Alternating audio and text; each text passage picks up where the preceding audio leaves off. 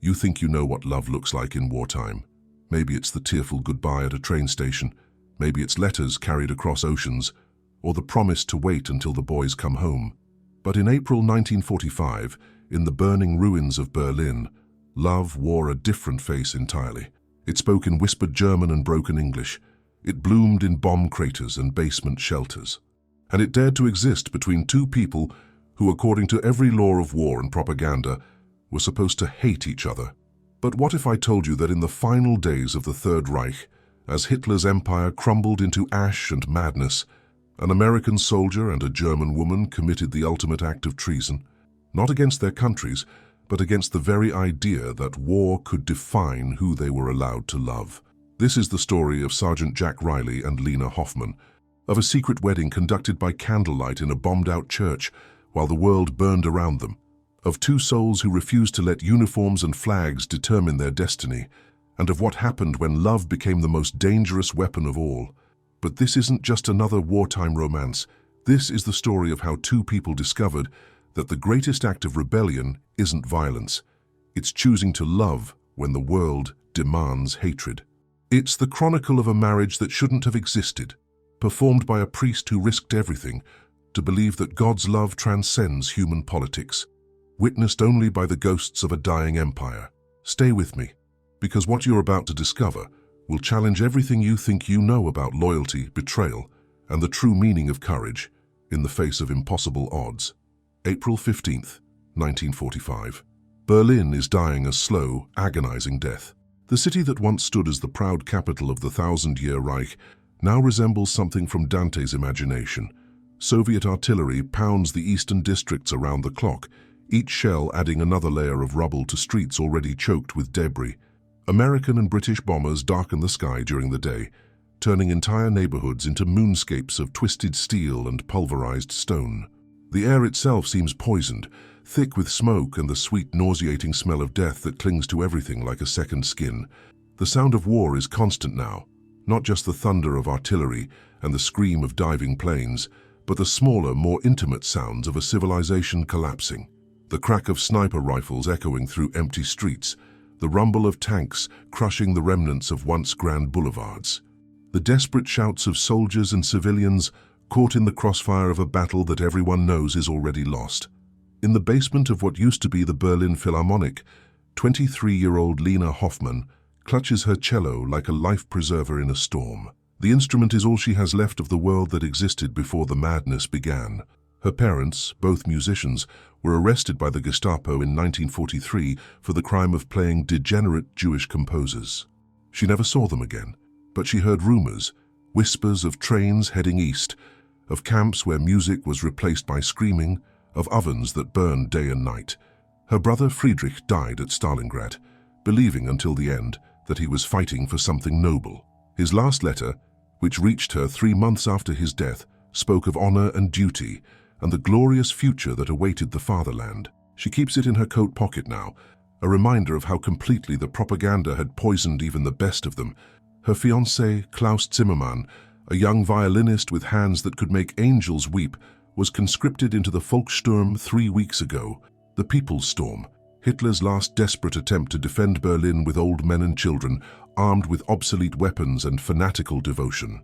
Klaus was 34, far too old for regular military service, but in the final days of the Reich, age didn't matter. Nothing mattered except feeding more bodies into the machine. The cello is a 1897 Montagnana, worth more than most people earn in a lifetime. Her father had saved for 15 years to buy it, working extra shifts at the conservatory, skipping meals, wearing the same threadbare coat through 3 Berlin winters. Music, he used to say, is the only thing that survives when everything else burns. He would run his fingers along the instrument's curves with the reverence other men reserved for prayer. Governments fall, empires crumble, but Bach endures, Beethoven endures. The human soul, expressed through music, endures. Now, as shells explode overhead and plaster rains down from the ceiling like snow, Lena wonders if even that is true. The conservatory is gone, destroyed in a bombing raid 6 months ago. The concert halls are rubble. The orchestras are scattered to the winds.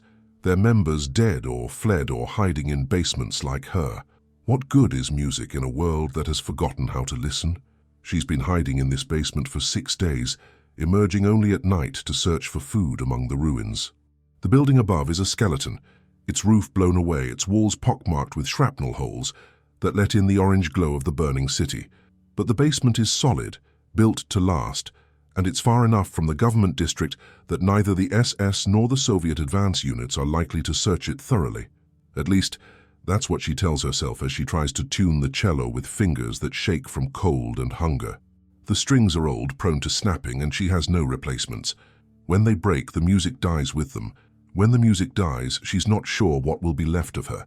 3 miles away, Sergeant Jack Riley of the 83rd Infantry Division is having the worst day of what has already been a very bad war. Riley is a radio operator, which in theory means he should be safely behind the lines, coordinating communications between advancing units and calling in artillery support.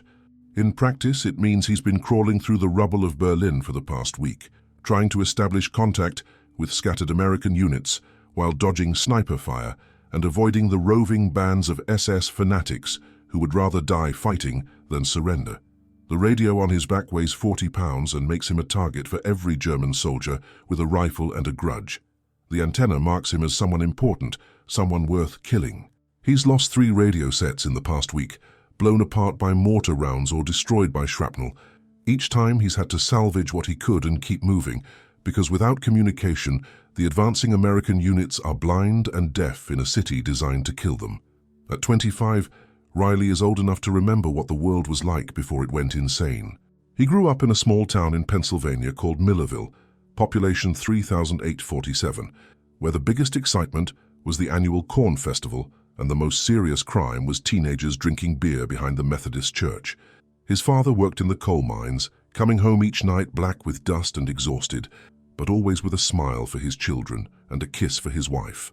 His mother taught 3rd grade at the local elementary school, filling young minds with arithmetic and geography, and the unshakable belief that America was the greatest country on earth. Jack had been studying engineering at Penn State when Pearl Harbor happened, planning a quiet life of building bridges and maybe raising a family. He was good with his hands, good with numbers, the kind of young man who could look at a problem and figure out how to solve it. The war had other plans. North Africa, Sicily, Normandy, the Bulge. Riley has seen enough death to last several lifetimes. He's watched friends die in his arms, called artillery strikes on his own position, and done things that will wake him up screaming for the rest of his life. He's killed men whose faces he can still remember, whose last words echo in his dreams. He's seen what high explosives do to human bodies, what machine gun fire does to boys who should have been worrying about prom dates instead of minefields. But nothing has prepared him for Berlin. This isn't war as he understands it. This is something else entirely, a kind of collective madness that has infected an entire city. German soldiers who should have surrendered weeks ago fight with the desperate fury of cornered animals. Civilians emerge from basements to throw Molotov cocktails at American tanks before disappearing back into the rubble. Children, some no older than 12, carry Panzerfausts and look at American soldiers with eyes full of hatred and fear. The propaganda has worked too well. The German people have been told for so long that the Americans are monsters, that surrender means death or slavery, that they fight on even when fighting is hopeless. Riley has seen old women shooting at American medics, has watched teenagers blow themselves up rather than be captured. It's as if the entire city has decided to commit suicide rather than accept defeat. Riley's unit was supposed to link up with Soviet forces advancing from the east, but communication has broken down completely. His radio crackles with static and fragments of desperate transmissions from units that may or may not still exist. He's been separated from his squad for 2 days now, carrying 40 pounds of radio equipment through a city that seems designed to kill him. The building he's sheltering in used to be some kind of cultural center. He can tell from the classical columns that frame the entrance and the marble statues that lie broken in the courtyard. Most of the structure is gone, but the basement might offer some protection from the artillery that's been falling like rain for the past hour. He descends the stairs carefully, rifle ready, expecting to find German soldiers or maybe a family of terrified civilians. What he finds instead is a young woman sitting in the corner, holding a cello, and staring at him with eyes that reflect the orange glow of the burning city above. For a moment, neither of them moves. Riley's finger is on the trigger of his M1 Garand, but something stops him from firing. Maybe it's the way she's holding the instrument, like it's something sacred. Maybe it's the fact that she doesn't look afraid, just tired, bone-deep tired in a way that has nothing to do with sleep. Maybe it's the incongruity of finding someone trying to preserve beauty in a place dedicated to destroying it. She's younger than he first thought, probably not much older than his sister Mary back home. Her blonde hair is matted with dust and debris. Her clothes are torn and dirty, but there's something in her posture that speaks of a different life, a better world that existed before the bombs started falling. She sits with the straight-backed elegance of someone trained in classical music, someone who has spent years learning to hold herself with dignity and grace. "Amerikanisch?" she asks quietly, her voice barely audible over the distant rumble of artillery. Riley nods slowly, not lowering his rifle but not pointing it directly at her either. "German?" "Ja." She shifts slightly, and he can see that she's been crying, not from fear, but from something deeper. Grief, maybe, or the kind of exhaustion that comes from losing everything you've ever cared about. They stare at each other across the basement, two people who should be enemies, who have been trained to see each other as less than human. Riley has spent 3 years being told that Germans are monsters, that they deserve whatever happens to them, that the only good German is a dead German. Lena has grown up hearing that Americans are barbarians, that they want to destroy everything good and decent about European civilization, that they're coming to rape and pillage and burn. But in this moment, in this basement, filled with the detritus of a dying city, all they see is another human being trying to survive in a world gone mad. "Music?" Riley asks, nodding toward the cello. It's a stupid question, obviously it's music, but he doesn't know what else to say. His German is limited to military phrases. Hände hoch, hands up. Wo sind die Soldaten? Where are the soldiers? Nicht schießen, don't shoot. He's never learned how to say beautiful or sad or I'm sorry for what we've done to your city. Lena's face softens slightly. "Ja, music." She pauses, searching for English words. "You like music?" Riley thinks about the radio in his father's kitchen, how his mother used to hum along to the big band songs while she cooked dinner. He thinks about the USO shows he's seen, the way music could make a bunch of homesick soldiers forget, for just a few minutes, where they were and what they were doing. He thinks about the records he used to play in his dorm room at Penn State, Benny Goodman and Glenn Miller and Duke Ellington, and how they seem to belong to a different universe now. "Yeah," he says, finally lowering his rifle. "I like music." And in that simple exchange, something shifts. Not love, not yet, but recognition. The understanding that beneath the uniforms and the propaganda and the hatred that has consumed the world, they are both just people who remember what it was like when music mattered more than war. Lena draws the bow across the strings, and the sound that emerges is heartbreaking in its beauty. It's Bach, the prelude from his first cello suite, and it fills the basement with something that has been absent from Berlin for far too long: hope. The melody rises and falls like a prayer, like a lament for everything that has been lost, like a promise that beauty can survive even in the darkest places. Riley sits down on a pile of rubble and listens, his radio crackling forgotten beside him. For the first time in months, he's not thinking about the war, not calculating fields of fire or wondering when the next artillery barrage will start. He's just listening to music in a basement while the world burns overhead. The piece is technically perfect but emotionally devastating. Every note carries the weight of loss, of a world that once existed and will never exist again. It's a farewell to the Berlin that was, the city of Beethoven and Brahms, of grand concert halls and sophisticated audiences, of a culture that prized art and learning above all else.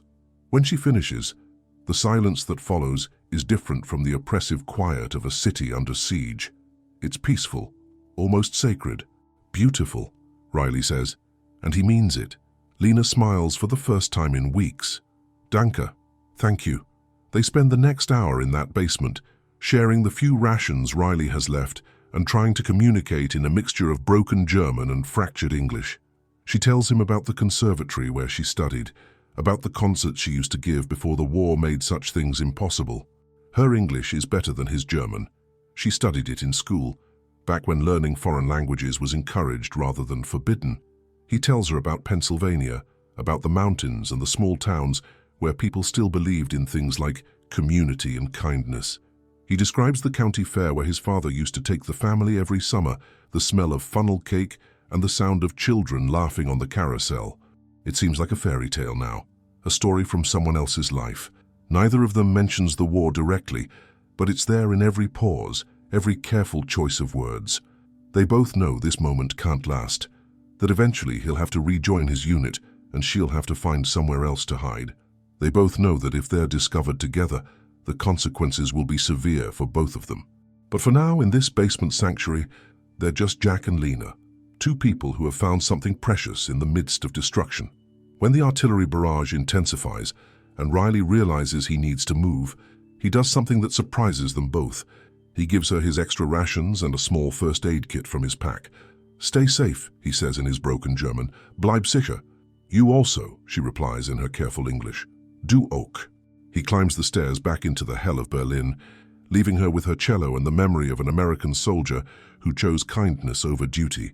She watches him go, knowing she'll probably never see him again, but grateful for the reminder that humanity can survive even in the darkest places.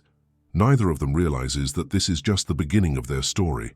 3 days later, fate brings them together again in the ruins of the Kaiser Wilhelm Memorial Church. Riley has been trying to establish radio contact with his unit from the church's bell tower when Soviet artillery begins targeting the area.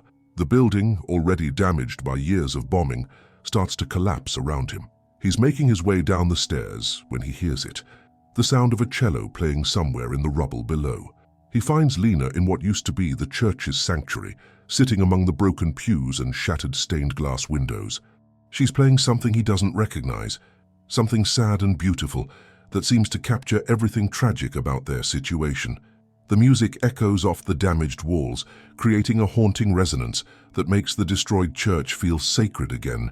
"You again," she says when she sees him, and there's something in her voice that might be relief. "You again," he echoes, and despite everything, the war, the danger, the impossibility of their situation, he's smiling. This time they don't pretend it's just chance.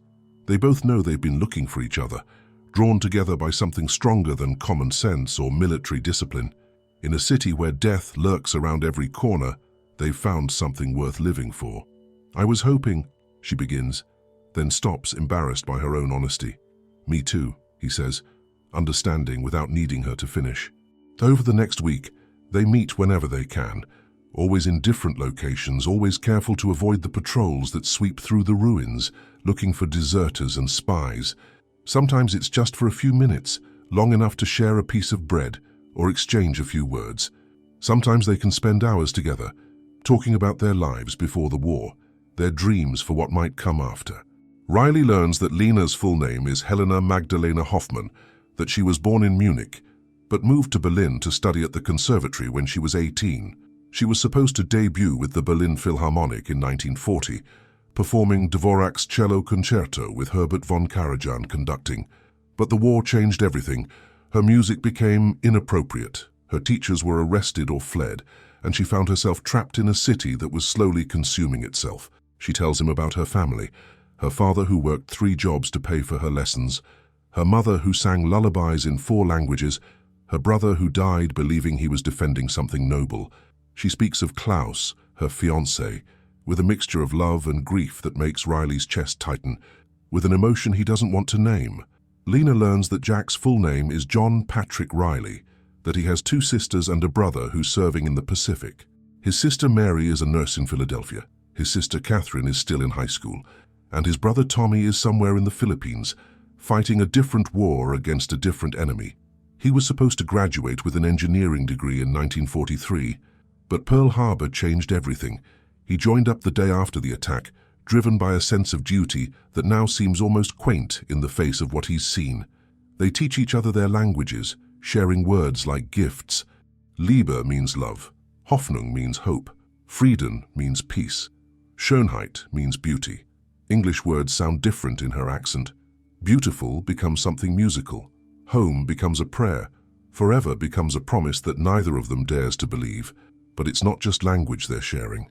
In the quiet moments between artillery barrages, They're rebuilding their faith in humanity. Jack, who has seen too much death, remembers what it feels like to protect something instead of destroying it. Lena, who has lived under tyranny for so long, remembers what it feels like to make choices based on love instead of fear. The transformation is gradual but undeniable. Jack starts taking greater risks to see her, volunteering for reconnaissance missions that will take him through her part of the city. He tells his commanding officer that he's scouting German positions, but really he's looking for her, hoping to catch a glimpse of blonde hair in a basement window or the sound of a cello drifting through the ruins. Lena begins venturing out during the day, despite the danger, because she can't bear the thought of missing him if he comes looking for her. She's learned to read the patterns of the bombing, to know when it's relatively safe to move through the streets. She's also learned to recognize the sound of American equipment, the particular rumble of their tanks, and the distinctive crack of their rifles. They're falling in love, but it's a love born of desperation and impossibility. Every moment together might be their last. Every goodbye could be forever. The war that brought them together is also the thing that will inevitably tear them apart. Their meetings become more intimate, more dangerous. They hold hands in the ruins of bombed-out buildings. They share their rations and their fears and their dreams. Jack tells her about the bridges he wants to build after the war, the roads that will connect communities and bring people together. Lena tells him about the music she wants to compose, the concerts she wants to give in a world where art matters more than politics. One evening, as they sit in the ruins of what used to be a cafe, sharing a can of American rations while Soviet artillery pounds the eastern districts, Lena asks the question that's been haunting them both. What happens when the war ends? The sound is constant now, a rhythmic drumbeat that marks the final countdown of the Third Reich. Everyone knows it's almost over. The Russians are less than a mile from the Reichstag. American forces are advancing from the west. Hitler is trapped in his bunker, issuing increasingly deranged orders to armies that no longer exist. Jack doesn't answer immediately. What can he say? That he'll go back to Pennsylvania and try to forget about the war? That he'll finish his engineering degree and build bridges and pretend that none of this ever happened? That he'll marry some nice American girl and raise children who will never know that their father once fell in love with the enemy in the ruins of Berlin? I don't know, he says finally, and the honesty of it cuts through them both like shrapnel. Lena nods, understanding. She's been thinking about the same impossible questions. What happens to a German woman who falls in love with an American soldier? What happens when the occupation begins and the victors start deciding who deserves to survive and who doesn't? What happens to someone whose only crime was being born on the wrong side of a war she never wanted? The reality of their situation becomes clear when Jack's unit finally re-establishes contact. He's ordered to report to a staging area on the western side of the city, where American forces are preparing for the final push toward the government district. After that, assuming he survives, he'll be shipped back to the United States for discharge and demobilization. How long? Lena asks when he tells her. Maybe a week, maybe less. And then? There has to be something, Jack says suddenly, with the desperate intensity of a man who's just realized what he's about to lose. Some way we can... What? Lena's voice is gentle but realistic. You take me to America? I become war bride? Your government? They will love German girl, yeah? The sarcasm in her voice is bitter, but not directed at him. They both know the reality. American soldiers who fraternize with German women face court-martial. German women who collaborate with the enemy face something worse. The propaganda on both sides has been too effective, the hatred too carefully cultivated, for their love to survive in the daylight. But Jack Riley is an engineer, trained to solve problems that seem impossible. And as he looks at this woman who has become the center of his world, he starts to think like an engineer. What if we were already married? He says slowly. Lena stares at him. What? What if we got married? Here now, before the war ends, before I have to report back? The idea is insane, impossible, dangerous beyond measure. Marriage between American soldiers and German civilians is strictly forbidden. If they're caught, Jack will face a firing squad for treason. Lena will face something worse from both the remaining Nazi authorities and the advancing Allied forces. But as they sit in the ruins of Berlin, listening to the sound of empires falling, the idea begins to take shape, not as a romantic gesture, but as an act of rebellion. a declaration that love is stronger than propaganda, that humanity is more important than nationality, that two people can choose their own destiny, even when the world is trying to choose it for them. "You're serious," Lena says, and it's not a question. Dead serious. She's quiet for a long time, thinking through the implications. Marriage won't solve their problems, it might make them worse, but it will mean something. It will be a promise that transcends the temporary madness of war, a commitment that acknowledges what they've found together. "How?" she asks finally. Jack has been thinking about that too. "There's a priest, Father Mueller. I met him yesterday when I was checking the cathedral for sniper positions. He's been hiding in the crypt, trying to protect what's left of the church records. He's different, not like the others." Father Heinrich Müller is indeed different. At 73, he's seen enough of human nature to understand that love is rare and precious, regardless of the circumstances that create it. He's watched the Nazis pervert his faith, turn his church into a tool of hatred and oppression. He's seen good people destroyed by ideology and bad people elevated by politics. When Jack approaches him with his impossible request, Father Mueller doesn't hesitate. "Love," he says in his careful English, "is the only thing that survives when everything else burns." April 23rd, 1945. The wedding takes place at midnight in the bombed-out remains of St. Hedwig's Cathedral. The ceremony is lit by a single candle that Father Mueller has been saving for exactly this kind of moment, when faith needs to assert itself against the darkness of the world. The cathedral's roof is gone, open to the smoke-filled sky where Soviet planes circle like vultures. The altar is cracked, the pews are splinters, and the stained glass windows are just empty frames that let in the orange glow of the burning city. But in the flickering candlelight, with Father Mueller's ancient voice speaking words of love and commitment, it's the most beautiful wedding either of them has ever seen. The preparation for the ceremony takes 2 days of careful planning. Father Mueller insists on doing things properly, despite the circumstances.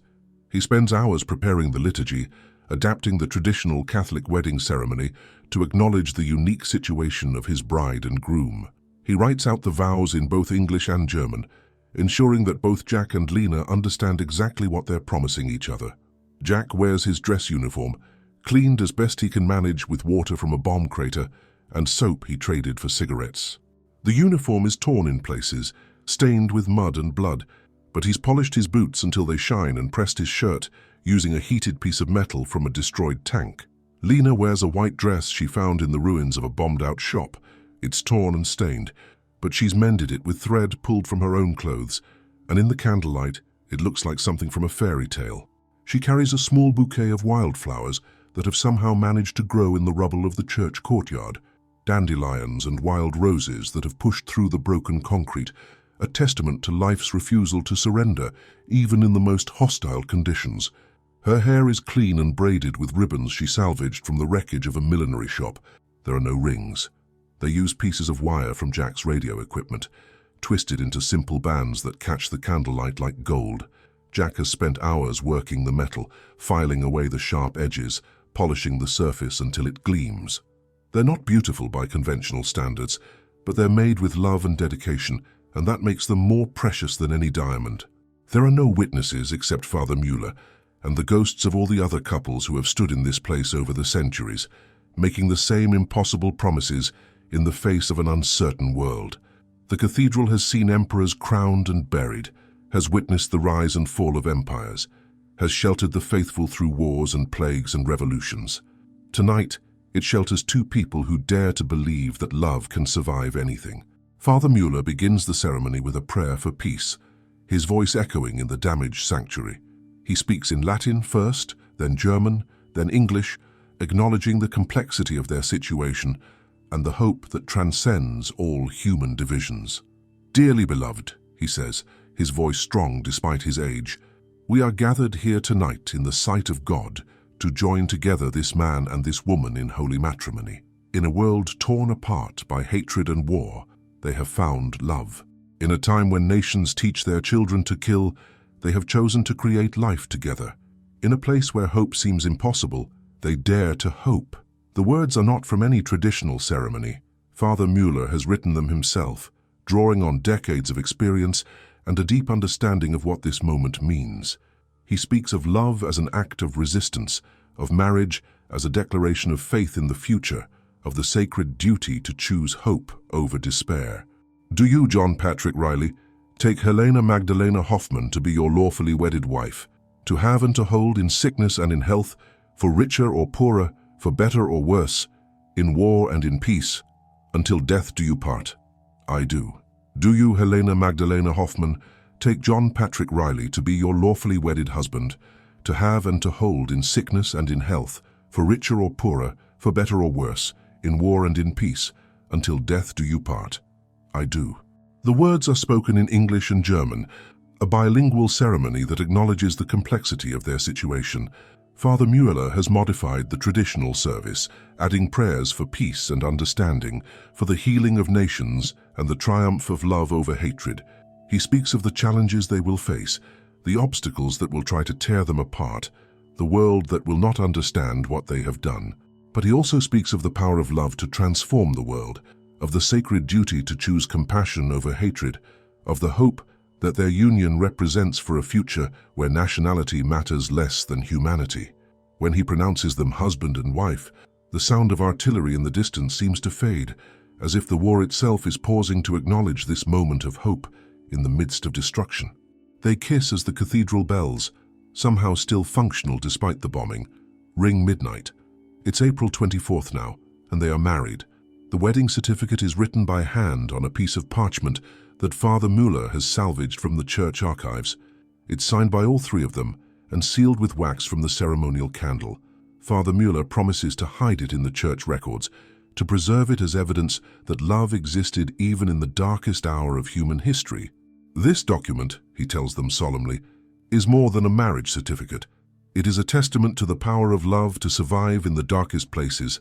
It is proof that humanity endures even when everything else fails. But even as they celebrate this moment of joy, they all know what comes next. Jack has to report to his unit in 6 hours. The war is ending, but their real struggle is just beginning. What happens now? Lena asks as they walk through the ruins of Berlin hand in hand, married but still impossibly separated by the circumstances of their birth. Jack has been thinking about this all week. I don't know, but we'll figure it out, somehow. It's not much of a plan, but it's all they have. Love and hope and the desperate belief that somehow, against all odds, they can build a life together. They spend their wedding night in the basement where they first met, making love quietly while the city burns around them. It's tender and desperate and beautiful, an affirmation of life in the face of death, of hope in the face of despair. They whisper promises to each other in the darkness, vows that go beyond the ceremony they've just completed. When dawn comes, Jack has to leave. He kisses his wife goodbye and walks back into the war, carrying the secret of their marriage like a talisman against the darkness. Lena watches him go from the basement window, her hand resting on the simple wire ring that marks her as a married woman. She doesn't know if she'll ever see him again, but she knows that whatever happens, she is no longer alone. The war ends 5 days later when Berlin falls to the Soviets. Jack survives the final battle and is shipped back to the United States for demobilization. Lena survives the occupation and the chaos that follows, protected by the marriage certificate that Father Mueller has hidden in the church archives. It will take them 3 years, countless letters, and the help of sympathetic officials on both sides of the Atlantic, but eventually they find each other again. Jack returns to Berlin in 1948 as a civilian engineer, helping to rebuild the city where they fell in love. Lena is waiting for him at the train station, still carrying her cello, still wearing the wire ring he made for her in the ruins of a cathedral. They build a life together in the new Germany, raising children who grow up bilingual and bicultural, who understand that love is stronger than nationality, that humanity transcends the accidents of birth and politics. Their children learn to play music, piano and violin and cello, carrying on the tradition that brought their parents together. But that's another story. This story ends in April 1945 in the ruins of Berlin, with two people who dared to choose love over hatred, hope over despair, and each other over the easy certainties of war. The lesson here isn't that love conquers all. Sometimes it doesn't. The lesson is that even in the darkest moments of human history, people find ways to assert their humanity, to choose connection over division, to believe that tomorrow might be better than today. Stories like Jack and Lena's remind us that behind every war, every conflict, every moment when the world seems consumed by hatred, there are individual human beings making choices about who they want to be. Their secret wedding in the ruins of Berlin wasn't just an act of love. It was an act of rebellion against the idea that we have to be enemies just because our governments tell us to. That's what we explore here. The moments when ordinary people do extraordinary things, when love and hope survive against impossible odds, when humanity asserts itself against the machinery of war and hatred. If you believe these stories matter, if you want to join us in uncovering the hidden moments of grace that exist even in the darkest chapters of history, then subscribe to this channel and hit that notification bell, because there are so many more stories like this one waiting to be told with the honesty and respect they deserve. You won't want to miss what we discover next.